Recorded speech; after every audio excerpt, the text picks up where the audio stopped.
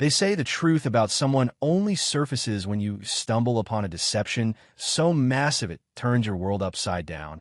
And that lesson hit me like a ton of bricks when I walked into my house and witnessed something that would haunt me forever. Hey everyone, before we get into this incredible, mind-bending story, I want to take a moment to connect with you all. Where in the world are you reading this from? Share your location in the comments below.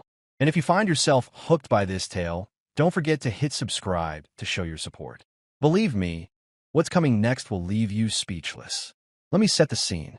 I'm Marcus Bennett, a 32-year-old freelance digital artist who's been pulling all-nighters on an exciting project for a local craft brewery. My vision's blurry from endless screen time, my muscles are aching, and I'm completely exhausted. Then it hits me. I forgot my backup drive at home, the one containing all my crucial files. No worries, I tell myself. I'll just cycle over and retrieve it. The journey's brief, a pleasant ride through this serene nature trail I absolutely adore. It's my personal sanctuary, running directly behind my property in suburban Austin, Texas. The evening's pleasant, insects are serenading, and I'm cruising along, feeling my stress melt away. That is until I notice him. There's this mysterious figure in the distance, roughly 200 yards ahead, confidently walking the trail in a black leather jacket. Strange, considering this path's practically private. It leads straight to my back entrance, with no alternate routes or logical reason for anyone else to be here. Anxiety creeps in. I strain my eyes to get a better look, watching as he deliberately moves toward my property. He's maintaining his pace. He's approaching my gate. My pulse quickens, and I accelerate my pedaling, wheels whirring against the trail. By the time I get closer, he's already slipped through my gate as if he belongs there. I abandon my bike in the grass, heart racing, and cautiously approach the back door. It's slightly open, just barely, but enough to send chills down my spine. I push the door open with my shoulder, entering the kitchen cautiously. The space is deserted. The sink is spotless, the refrigerator silent, an eerie stillness pervading the air. Too quiet. Sarah, my wife, should be here. She's 29, a vibrant yoga instructor who captivates everyone she encounters with her natural radiance. Our relationship has been rock solid. At least that's what I believed. Just as I'm about to call out her name, I catch it. A gentle chuckle, dampened, floating down from the upper floor. Then another voice joins in, masculine, unknown. My insides churn violently. Acting on instinct, I retrieve my weathered baseball bat from the garage's corner, the same one from my high school days, still bearing the marks of countless games. It feels weighty, reassuring in my grip as I begin ascending the carpeted staircase, moving stealthily, like a predator. The bedroom door is slightly ajar, offering just enough space to peer through. And there she is, Sarah, my Sarah, stretched across our bed, her sundress riding up, limbs intertwined with this stranger. He's bare-chested, his leather jacket discarded on the floor, hands roaming freely. I can't draw breath. My focus narrows, and something within me breaks. I thrust the door wide open, wood crashing against the wall, and storm in. The bat rises instinctively, swinging with force. It connects with his shoulder, producing a hollow impact. He cries out, rolling off the bed, collapsing like dead weight. Sarah screams my name, Marcus, shrill and terrified, but it barely registers. I stand there, breathing heavily, bat still raised, watching this intruder clutching his arm and hurling obscenities. He staggers upright, maintaining his bravado despite the blow. Recognition hits me. It's James Turner, a local musician who's been frequenting Sarah's yoga studio. A special client she'd mentioned offhandedly, as if insignificant. He's 35, lean, wearing this arrogant grin that tempts me to strike again. "You're finished," he snarls, charging at me. I dodge, my baseball experience kicking in, and swing the bat again, clipping his thigh. He staggers, howling, and I stand frozen, bat trembling in my grasp, staring at my wife and this man, wondering how my peaceful existence transformed into this surreal nightmare. Sarah remains on the bed, eyes wide with fear, clutching the sheets, repeating my name like a prayer. But I've stopped listening.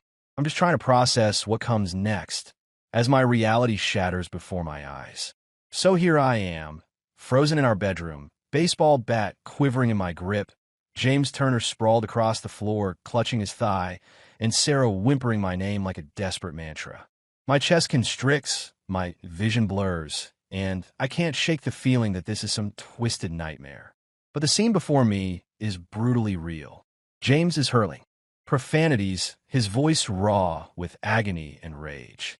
"You'll pay for this," he growls, attempting to push himself upright, but his injured leg gives way, sending him crashing back down. Sarah remains on the bed, sheets pulled tight against her body, her tear-filled eyes silently begging me. "Marcus, please," she repeats endlessly, but her voice seems distant, drowned out by the thundering pulse in my ears. Lost in this chaos, I resort to the only rational action left. I release the bat, retrieve my phone from my pocket, and dial 911. The dispatcher's voice pierces through my mental fog, professional and steady. "911, what's your emergency?" I stammer through my explanation, identifying myself as Marcus Kendrick, giving my Austin address, explaining how I discovered my wife with another man and struck him with a bat, how he's seriously injured, and she's hysterical. The operator instructs me to set aside the weapon and remain calm, assuring me help is coming. I place the bat on the dresser, my hands trembling so violently I nearly drop my phone, then step back, watching James writhe in pain while Sarah rocks back and forth, arms wrapped around herself. Though it feels like an eternity, mere minutes pass before sirens pierce the night. Red and blue lights dance through the window blinds, followed by the sound of our front door being forced open. Heavy footsteps rush up the stairs, and suddenly our bedroom is swarming with emergency responders. Officer Taryn Ruiz is the first to enter, her uniform immaculate, a familiar face from last summer's neighborhood cookout, where we shared stories over smoked brisket. She surveys the scene, James bleeding on the carpet, Sarah trembling on the bed, and me standing motionless, before giving me a knowing nod. "Marcus," she says, her tone authoritative yet gentle, "walk me through what happened." I recount everything, my evening bike ride, spotting the suspicious figure on the trail, discovering them together, wielding the bat. My voice falters midway, but I persist under her steady, non-judgmental gaze.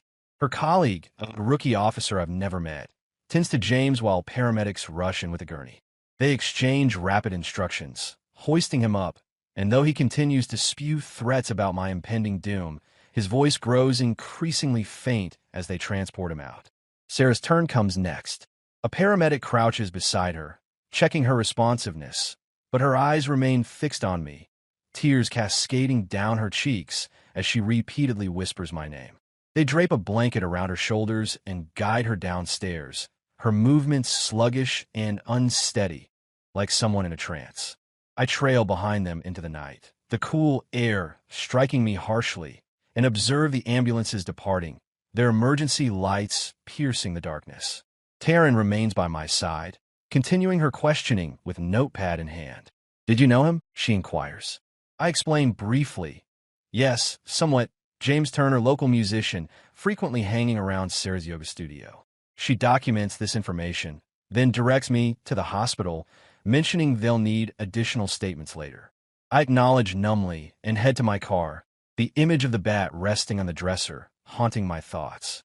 The hospital's emergency ward is pure chaos, harsh fluorescent lights overhead, medical equipment beeping incessantly, staff members darting around like worker bees in a disturbed hive. I'm wearing down the waiting room floor with my restless pacing, my sneakers making squealing sounds against the polished tiles, when a woman approaches me aggressively, her arms adorned with intricate tattoos, her eyes fierce with anger. "You're the one who attacked James," she states bluntly, not bothering with pleasantries. "I'm Kate, his girlfriend. What exactly went down?" I give her the unvarnished truth. "Caught him with Sarah, lost control, swung the bat." She absorbs this without visible reaction, just mutters about how he's been behaving strangely lately, constantly making up excuses. "Should have known," she says quietly, more to herself than me, before walking away, leaving me rooted to the spot, my emotions a turbulent mix of remorse and rage. A physician approaches next, clipboard in hand, offering a weary smile. She informs me that Sarah's in shock, possibly under the influence of something, and they're conducting tests. James is in worse shape. Damaged shoulder, suspected concussion, potentially requiring surgery. I barely register the details, fixated on Sarah's expression earlier, as if I were the one who had betrayed her. Just as I'm about to visit her room, something catches my eye. James's phone lying on a side table near the waiting area chairs, likely dropped during admission. The screen glows actively, and I notice it's recording, red indicator pulsing. My heart plummets. I seize it with clammy hands and press play. The footage shows him following Sarah up our staircase, her wearing that floral sundress. Giggling, urging him to hurry. She pushes him onto the bed playfully as he removes his jacket, commenting on her beauty. Then I burst in, bat raised, and everything descends into mayhem. I stop the playback, pulse racing, and pocket the phone. This isn't just evidence. It's a devastating revelation, each second making it harder to bear. I collapse into a chair, eyes fixed downward, grappling with the weight of what I've witnessed. She wasn't resisting. She was willing. Now this damning proof sits heavy in my pocket, and I'm uncertain whether it will be my salvation or my undoing. Back at the nurse's station, I inquire about Sarah, and they permit me to see her. She's lying in a room down the corridor, connected to an IV drip, her eyes partially open, fixed on the ceiling above. I stand silently, watching her chest rise and fall, and she slowly turns her head, her gaze meeting mine. "Jace," she whispers, "I'm so sorry," her voice barely audible. A solitary tear traces down her face, but her expression quickly becomes vacant, as if retreating into herself. I want to scream, to demand explanations, but I hold back. Not now. I simply acknowledge the nurse and exit, the weight of James's phone pressing against my leg, my thoughts in turmoil. James lies somewhere in this hospital, possibly fighting for survival because of my actions, while Sarah drifts away into her mental haze.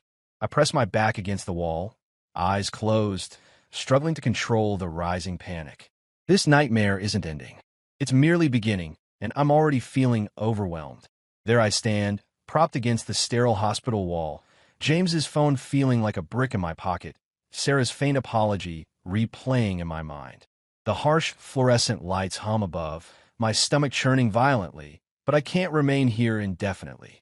The nurse informs me Sarah's condition is stable enough for discharge, explaining she just needs rest. No substances detected, just severe shock. I drive us home in complete silence, her body curled into the passenger seat, still wrapped in the hospital blanket, gazing absently through the window. Austin streets pass by in a blur, neon signs pulsing in the darkness, but all I can see is that damning video, her playful laughter with him, leading him up our stairs. My grip on the steering wheel tightens until my knuckles blanch. We arrive home, and I unlock the door, the silence inside striking me like a physical blow.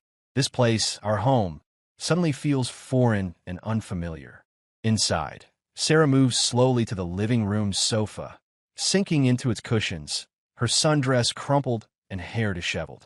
I lower myself into the armchair opposite her, the coffee table separating us, that cursed baseball bat still lying there from earlier, mocking me. Despite my parched throat, I force myself to speak. "Sarah, we need to talk," I say, maintaining a low, controlled tone despite my internal trembling. She raises her head, eyes bloodshot, and nods slowly, as if preparing herself. "Tell me what happened." I continue, "Why he was here." She swallows visibly, fidgeting with her fingers in her lap, and begins her explanation. She reveals it started months ago at her yoga studio, James attending private sessions, flirting, offering guitar lessons after class. "I like the attention," she confesses, barely audible. "He made me feel special." My jaw clenches, but I continue listening, allowing her to reveal the full extent of her betrayal. She continues, explaining how it evolved into text messages, late-night conversations, and eventually meeting up at his performances, initially just for conversation. She insists, her large eyes pleading with me, that yesterday was the first time things escalated beyond that. "I invited him over," she admits, "left the back gate unlocked, thinking you'd be at the studio all day." My chest constricts with pain, and I can't contain myself any longer. I retrieve Dax's phone, place it on the table, and press play. The video begins, her laughter filling the space as she urges him to hurry, before pushing him onto our bed. His voice follows, deep and wanting, saying she exceeds his fantasies. She becomes motionless, her complexion draining of color, and I stop the playback, letting the heavy silence envelop us. You expect me to believe this was the first time? I ask, my voice devoid of emotion. She covers her face momentarily before dropping her hands to meet my gaze. Jace, I promise, she pleads, just yesterday only once. I rise, pacing the room as my mind races, analyzing every recent smile she gave me, every claimed late work night. You seem too at ease, I observe, too enthusiastic like this wasn't new. She breaks down, repeatedly denying it, calling it foolish, a momentary lapse of judgment caused by his allure. He exuded confidence, she explains, knew what he wanted, and I fell for it. I halt my pacing to look at her, this woman I've cherished for years, feeling nothing but emptiness. Wasn't I enough? I question, didn't I make you feel desired? She hastily wipes her tears, nodding. You did, she responds. It wasn't about you, Jace. I needed something more. Her words strike me like a physical blow, and I turn away, facing the wall, struggling to breathe. I retrieve my laptop from the kitchen, return to my seat, and immediately begin drafting a separation agreement. My fingers fly across the keyboard, outlining the terms, separate living arrangements, individual financial responsibility, no intimate relationships with others, 6 months to reach a resolution. While I maintain a composed exterior, internally, I'm wrestling with a storm of rage and anguish. I push the laptop toward her, instructing her to review it. She reads through it, her tears falling onto the keyboard, before raising her eyes to meet mine. Could we try counseling? She whispers, her voice unsteady. I'll make this right. I recline, folding my arms across my chest. Perhaps, I respond, but I need distance. I can't remain here with you. Not after this betrayal. She acknowledges with a nod, worrying her lower lip, as I rise and head upstairs to gather my belongings. The bedroom remains disheveled, bedding twisted, his jacket now gone, presumably taken by the police. I collect some clothes and toiletries, relocating everything to the guest room down the corridor, closing the door firmly behind me. On the unyielding mattress, gazing at the ceiling, sleep eludes me. The video replays in my mind, her carefree laughter, his wandering hands, her eager participation. I reach for my phone, forwarding myself the video from Dax's device as evidence. I delve into his call history, discovering weeks of midnight conversations with Mara, messages arranging meetups, frequent lunches at her preferred Mexican restaurant downtown. The pattern emerges undeniably, devastating me completely. This wasn't a momentary lapse. She methodically constructed this affair while I remained oblivious beside her. I discard the phone, covering my face, feeling the gravity of reality descend. This extends beyond yesterday's revelation. It encompasses everything I failed to notice. Now I must determine if anything remains salvageable. I shut my eyes, but her intimate moments with him haunt me, and I realize this house, this life, no longer belongs to me.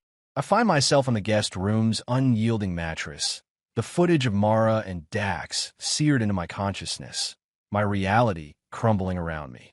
The thought of remaining in this house, with her presence below and her justifications reverberating through every room, becomes unbearable. I need an escape. I discover a loft apartment in East Austin, an eclectic space near 6th Street featuring exposed brick walls and a cityscape view. The location proves ideal, a brief bicycle commute to my studio, close enough to maintain my professional routine, yet distant enough to provide emotional breathing space. I complete the lease agreement online, gather my essentials, equipment, laptop, several sketchbooks, basic clothing, and depart the following morning. Mara stands in the kitchen as I leave, stirring her coffee with reddened, swollen eyes. She glances up, inquiring about my destination in a barely audible voice. I inform her of my new accommodation, promising to address remaining matters later, and exit swiftly before she can respond, the metallic echo of her spoon against ceramic fading into silence. The loft represents a new beginning with its industrial charm and expansive space. though it feels stark without my belongings. I purchase essential furniture online, a bed and sofa, and position my drafting table near the window, attempting to immerse myself in work. While my hands mechanically design brewery logos, my thoughts drift to the separation agreement I drafted, particularly the fidelity clause I inserted as a final attempt at maintaining some semblance of control. I question her commitment to it, though I suspect I already know the outcome. Running low on charcoal pencils days later, I cycle back to the house to retrieve supplies from my garage art collection.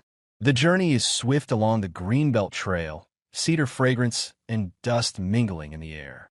As I approach the back gate, I notice Mara's car absent from the driveway. An uneasy sensation settles in my stomach, a warning I choose to ignore as I knock on the patio door. Kaylin, her sister, appears at the door, blonde hair pulled back tightly, arms crossed defensively against her chest. She's apparently been staying over, helping Mara navigate this situation. "Hey, Jace," she greets me tersely, her gaze avoiding mine. I casually inquire about Mara's whereabouts, but Kaylin subtly shifts, partially blocking the hallway. "She's out," she responds, "having a meal with a friend, back shortly." Her response seems rehearsed, too quick, intensifying my gut feeling. I nod, moving past her, mentioning I just need to grab some art supplies from the garage. As I approach the front door, the sound of tires on gravel catches my attention. Through the blinds, I spot an unfamiliar bright red Jeep pulling in, definitely not Mara's taste. She emerges from the passenger's side, laughing freely, wearing a flowing sundress that dances in the wind. The driver exits next, tall, heavily tattooed, sporting a buzz cut and self-assured smile. My heart stops. I find myself striding across the lawn, my bicycle forgotten. Mara spots me and halts mid-laugh, color draining from her face. The guy, Zane, as I later learn, some barista from a regular coffee shop, glances between us, confusion evident. "Hey, Mara," I say, maintaining a controlled but pointed tone. "Thought I'd check how you're doing." She stumbles over her words. "Jace, hi." "Meet Zane. From work. We just had coffee." Zane shuffles uncomfortably, hands pocketed, already retreating toward his vehicle. I step closer, meeting her gaze. "Coffee," I say with forced casualness. "Couldn't even last a week, could you?" She winces, reaching for my arm, pleading, "It's not what you think. Please, Jace, let me explain." I withdraw, shaking my head. "Don't bother." I respond, "We had an agreement about dating, and you broke it." Zane's already tearing away, his tires kicking up gravel, leaving her standing there, wringing her hands nervously. She starts rambling, claiming loneliness, thinking we were finished, swearing it meant nothing. I interrupt her, my voice ice-cold and controlled. "You were mistaken," I tell her, "expect divorce papers soon, get legal counsel, this conversation's over." Her face crumples, tears forming, but I've lost all sympathy. I turn away, retrieve my bike from the gate, and cycle down the trail, her voice calling out, "Jace, please wait," dissolving into the breeze. My chest constricts, lungs burning, but it's not from exertion. It's the betrayal, more acute now, cutting deeper than Dax ever managed. I reach the loft, throw my bike against the wall, and collapse onto the floor, watching the city lights twinkle outside. She didn't just violate my trust once. She's repeating the offense, as if it's insignificant, as if I'm insignificant.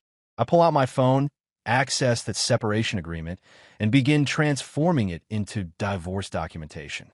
My fingers race across the screen, detailing the division, the property, the assets, leaving no room for manipulation. I maintain a composed exterior, but internally I'm seething, pain and anger merging into something weighty, something irreversible. Zane's face appears in my thoughts, that arrogant smile, and I question how long she's been deceiving me, how many falsehoods I've accepted. The loft's silent except for the distant traffic noise, and I remain there, letting reality settle in. This isn't about salvaging anything anymore. It's about breaking free, escaping before she pulls me down further.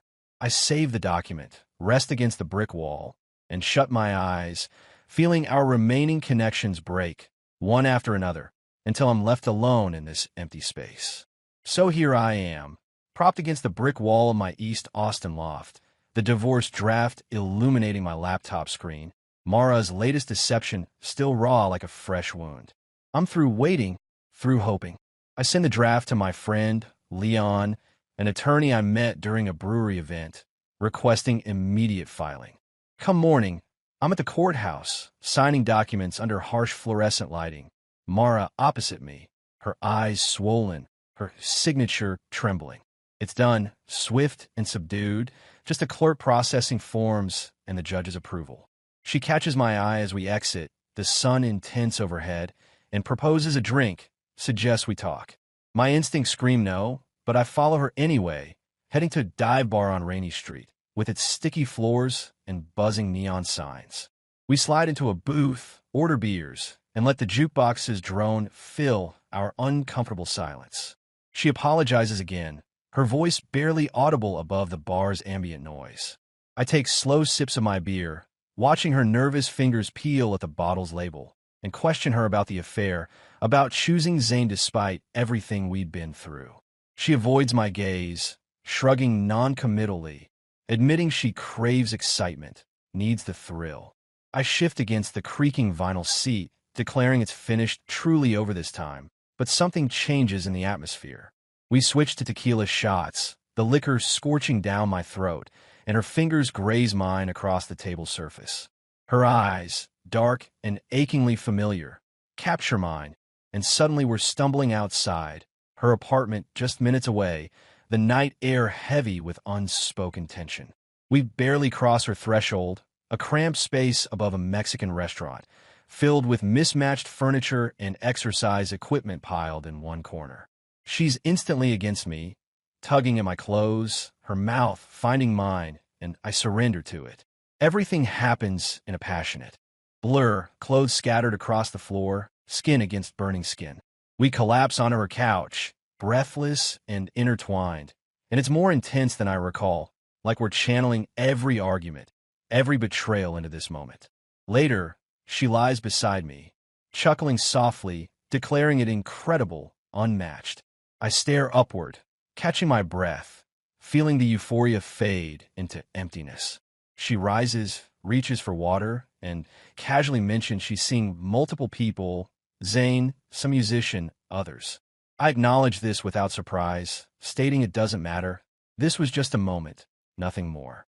The pattern emerges over the following weeks. I'm working on sketches in my loft when her texts arrive, prompting me to cycle over for our recurring encounters casual, commitment-free rendezvous that feel both liberating and destructive. Like scratching and persistent itch, it's wild and untamed, yet I'm no longer emotionally tethered to her. I begin seeing Ria, a tattoo artist residing down my hallway, her space perpetually perfumed with ink and incense, her personality as bold as her artwork. She's dynamic and uncomplicated, pulling me into her world with a confident smile. It's refreshing and different, but Mara's magnetic pull persists, an undeniable heat I can't seem to escape. One evening, while grabbing coffee near 6th Street, still perspiring from my bike ride, I encounter Nova, a barista behind the counter. Her genuine smile radiates warmth, and as she hands me my drink, our fingers connect briefly, her gaze meeting mine. She comments that I seem to harbor interesting stories, drawing a laugh as I confirm her intuition. Our conversation flows naturally as she prepares espresso shots, and I lean against the counter, a stark contrast to my tumultuous dynamic with Mara. Nova's 27, balancing her barista work with her passion for painting, and there's an undeniable connection, subtle yet steady. I spontaneously ask her out, and she responds positively, writing her number on my receipt. Cycling home through the evening air, I feel unusually light, Nova's smile lingering in my thoughts. When Mara's text arrives that night, I leave it unanswered, unacknowledged. Stretched out on my new couch, watching city lights filter through the window, I realize I'm done chasing that destructive flame. While Mara represents an intense but fleeting inferno, Nova embodies something more sustainable, a warmth worth preserving. I set aside my phone, close my eyes, and envision a future not destined for destruction, one where I'm building something meaningful rather than fleeing from shadows. The divorce created a clean break, yet my physical connection with Mara remains addictive, drawing me back despite my attempts to move forward.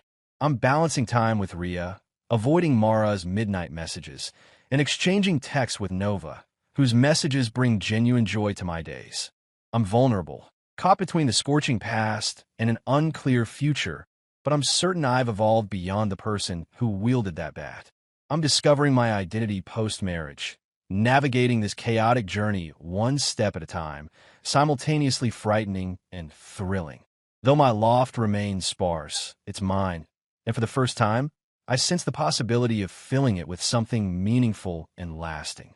So there I am, lounging on my loft couch, Nova's number illuminated on my phone screen, the intense pull of Mara dissipating like morning mist in the Austin air. I'm ready to leave that consuming flame behind, yearning for something more substantial. Nova and I begin dating, taking things gradually. Casual coffee meetings evolve into intimate evening conversations beside her artwork, specks of paint adorning her face. She's refreshingly different, stable, her genuine laughter clearing the chaos in my mind.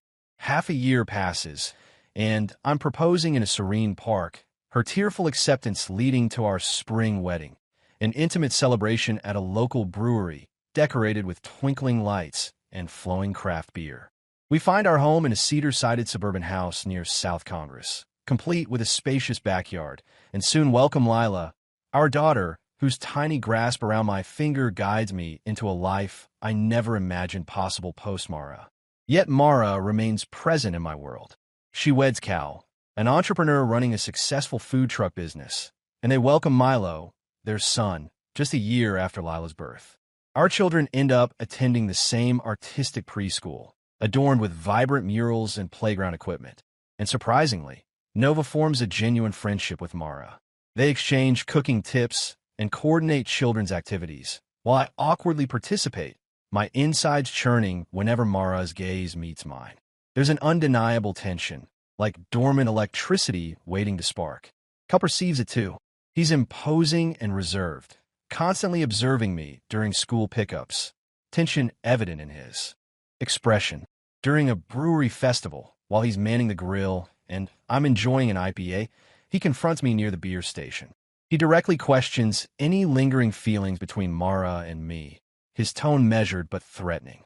I confess to our past intensity post-divorce, but assure him it's ancient history. I'm committed to Nova now. He acknowledges this, but his skeptical grip on the spatula speaks volumes of distrust. The situation deteriorates rapidly.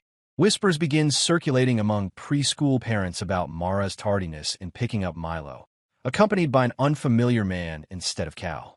One evening, while cycling home from a client meeting through the Greenbelt Trail, the same path where the Dax incident occurred, I spot her. Her Jeep is stationed in a dimly lit pull-off, engine running, and she's intimately engaged with someone, their heads close together. My instincts flare up, but I continue pedaling, the wind rushing past, reminding myself it's no longer my concern. Later, Cal reaches out, his voice strained, revealing his decision to leave Mara after discovering her affair with a bartender from his own food truck team. He's determined to gain custody of Milo, and I hear the familiar pain in his voice, reminiscent of my own past heartbreak. I offer simple words of support, encouraging him to stay strong. Nova remains unaware of the complete picture. During a quiet morning, with Lila sleeping upstairs, she inquires about Mara's recent withdrawn behavior at playdates. I provide a vague response about personal issues, while internally processing Mara's unraveling and my unwilling entanglement through shared history. The situation reaches its peak peculiarity when a letter appears under my loft door, now my freelance workspace.